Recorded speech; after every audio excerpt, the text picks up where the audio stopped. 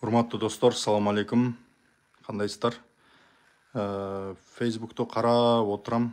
Көптөн бери акмалап карап отурсам, ошол акыркы кезде 2 күндүн ичинде Өзбекстан пайдаланууга алып жаткан 4 пансионат боюнча талаш тартыш көп болуп, анан бир популисттик темалар көтөрүлүп атат.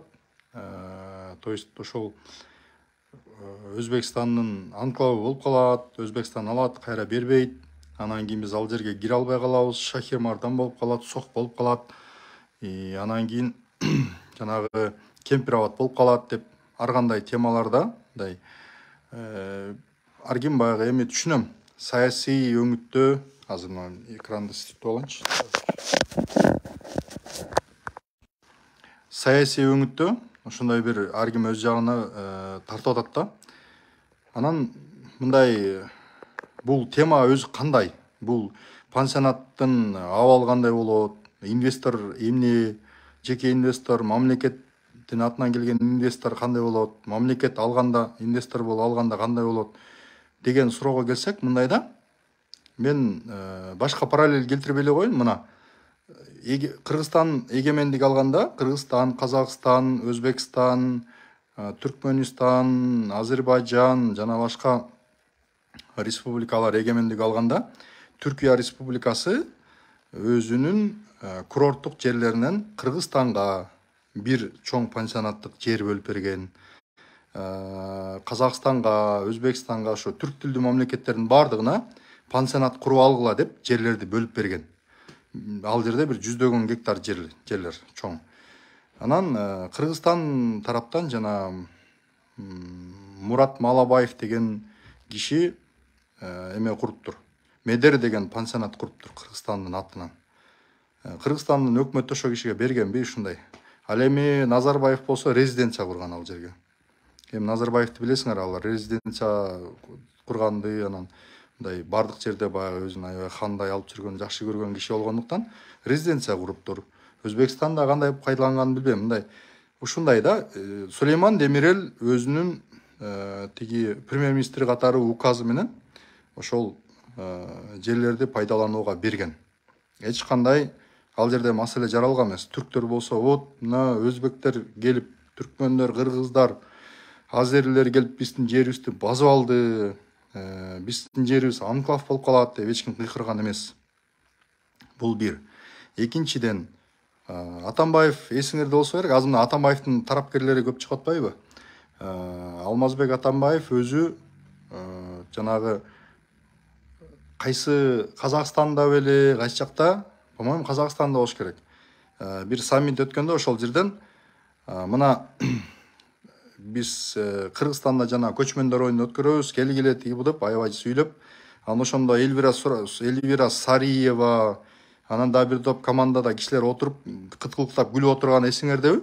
Ошол жерде Атамбаев айтып атат да, вот мына давайте вот августта келгиле деп, анан кайра тиги Гейдар Али, ким эле, Илхам Алиевке, Азербайжан президентине карап, вот Илхам Гейдарович, вы тоже подумайте, наверное, вот, может быть, сиз деле бир 7-звездочный отельдерди куруп коет чыгарсыз, сиз дагы келиңиз, карап көрүңүз, балким сизге да жагат деп, анан ал күлүп, анан кийин Түркмөнстан ошол эле жылыбы, ага чейинби Түркмөнстандын президенти Бердимухамедов келгенде, ошол Түркмөнстанга бир канча гектар жерлерди беребиз, алар келип пансионаттарды курат деп, анан бир бизнесмендер келип анан сүйлөшүү жүргүзүп, ал иш аягына чыкпай калды окшойт да, в целом.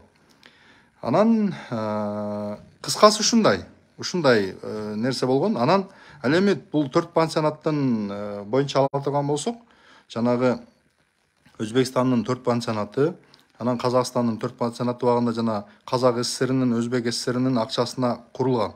Анан албетте 1992 жыл болуш керек, же 91 беле, жанагы СНГ түзүлгөндө Алматы декларациясын кабыл алган. Ошол жерде көп маселелер боюнча СНГдагы мамлекет башчылары бири-бири менен, мурдагы Советтер Союзу бөлүнгөндөн кийинки мамлекет башчылары бири-бири менен келишимдерди түзүп, ошол жанагы атайын келишимдерди түзгөн. Ошондо декларация кабыл алган. Ошонун ичинде ошол жанагы ар бир союздук республикалардын аймагында калган мүлктөр ошол республикаларга таандык болуп калат, башкалар курса дагы ошол аймакка таандык болуп калат деп келишим түзүп ошол боюнча калган.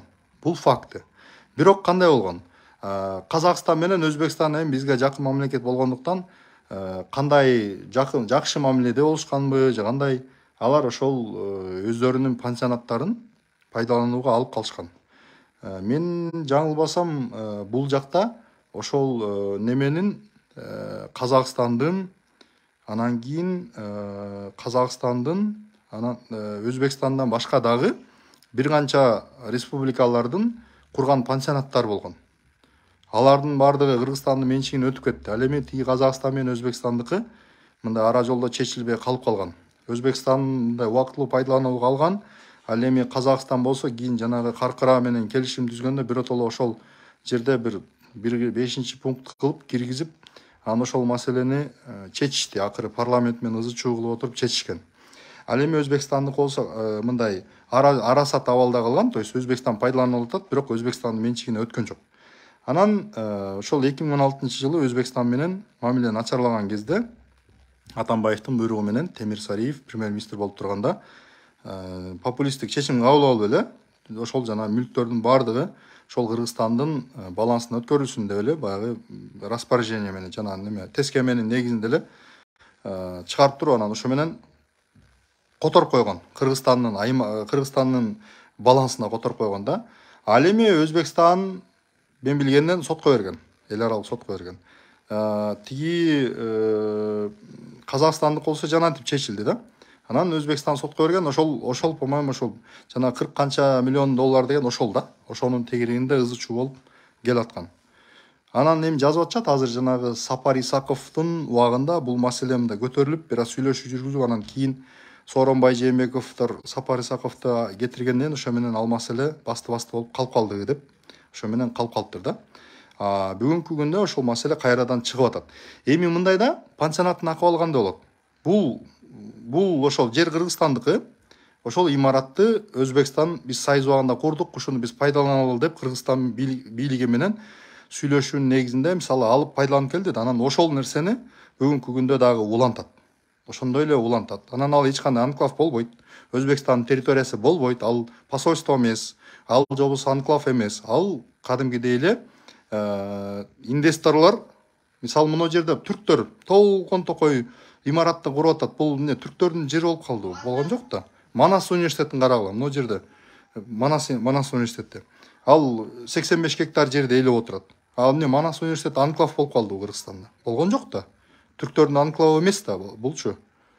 Кыргызстанда кайсы бир мамлекетте бир мамлекеттин кичинекей анклавдары, булар эмнелер? Булар посольстволор. Мына посольстволор мына Кыргызстанда кайсы өлкөнүн посольствосу болсо, ошол посольство жери, ошол жайгашкан жери, имараттын ичин бардыгы ошол мамлекеттин аймагы деп эсептелинет. Калган объектилердин бардыгы казак инвестору курабы, түрк инвестору курабы, же Кытай инвестору курабы, ал ошол Кыргызстандын менчиги. Анан аны курган адам аны иштетет, пайдасын көрөт. Анан экономикалык жактан кыйыр таасири Кыргызстанга тиет, салык төлөйт, жумушчуларды жалдайт. Ошентип иштейт да. Эреже ушундай да. Мисалы ошол Дубайды карагыла, Түркияны карагыла, тыштан 100 миң деген инвесторлор келип, ошол жерде аймактарды, жерлерди алып туруп куруп иштетип атышат. Мисалы Кыргызстандык канчалаган кишилер, мисалы Кыргызстан Америкага барып деле бир сонун жерлерди алып, ишканаларды ачып иштетип атышат. Ал деген Кыргызстандын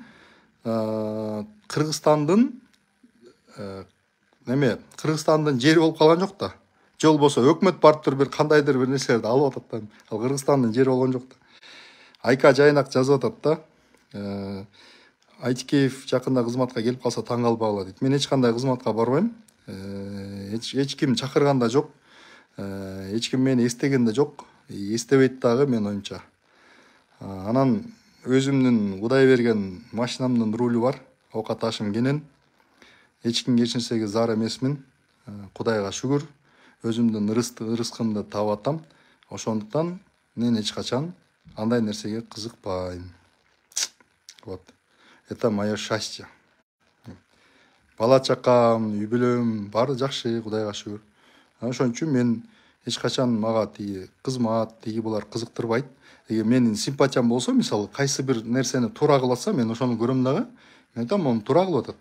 А туура эмес кылып атса, мен айтам, могу жерде туура эмес кылып атат. Мен айтып эле жүргөм постоянно эле, ошол эле пикиримди айтам.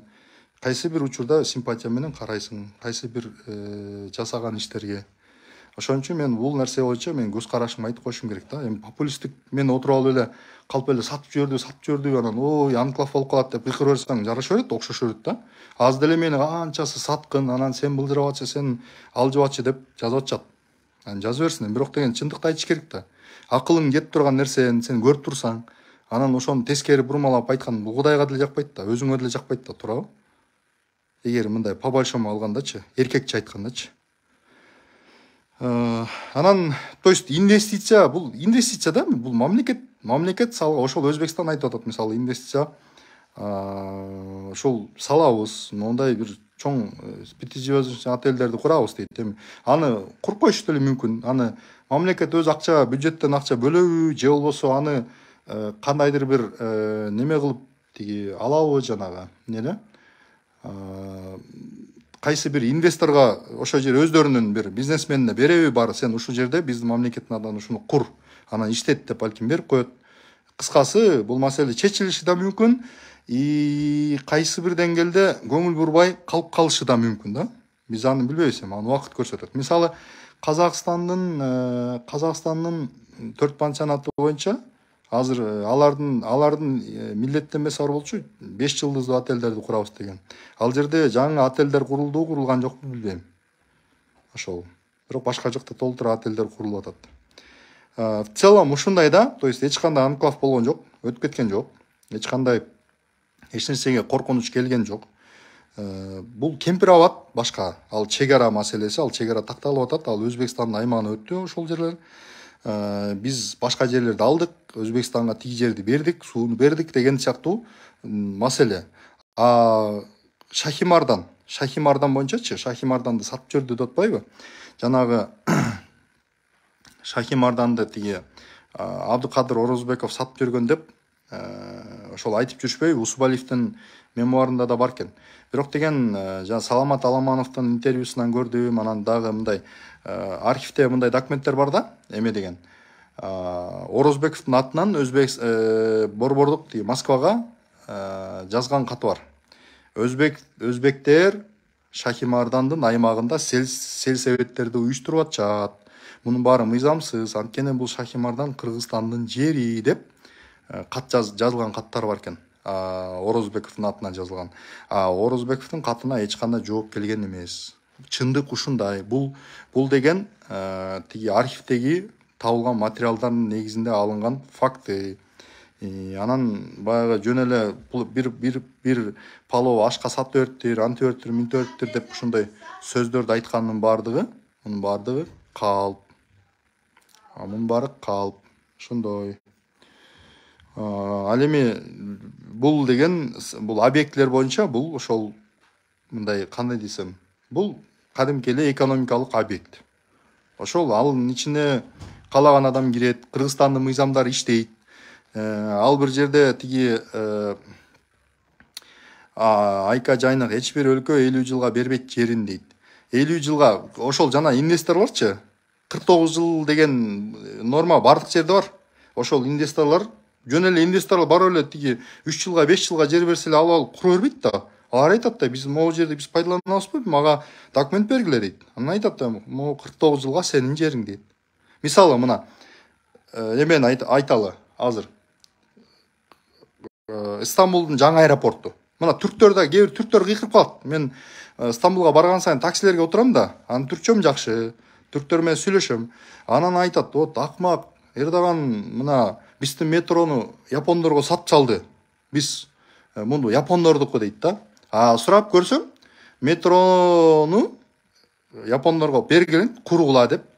Силер кургула, анан кийин канча 50 жылга чейинби ошол акчаңарды актаганга чейин силер колдоносуңар, андан кийин биз алабыз деп курдурган. Япондор бекер курган, өздөрү азыр пайдасын көрүп атат. Түркия анын бир тыйын пайдасын көрө элек. Анткени Түркия курган эмес. Истанбулдун аэропорту, Гилте деген аэропорт, билесиңер да, дүйнө жүзүндө жана Гуанчжоуда, по-моему, Гуанчжоуда чоң аэропорт куруп салышты андан кийин кытайлар. Ага чейин биринчи орунда турчу. Азыр экинчи орунга түшүп калды чоңдугу боюнча.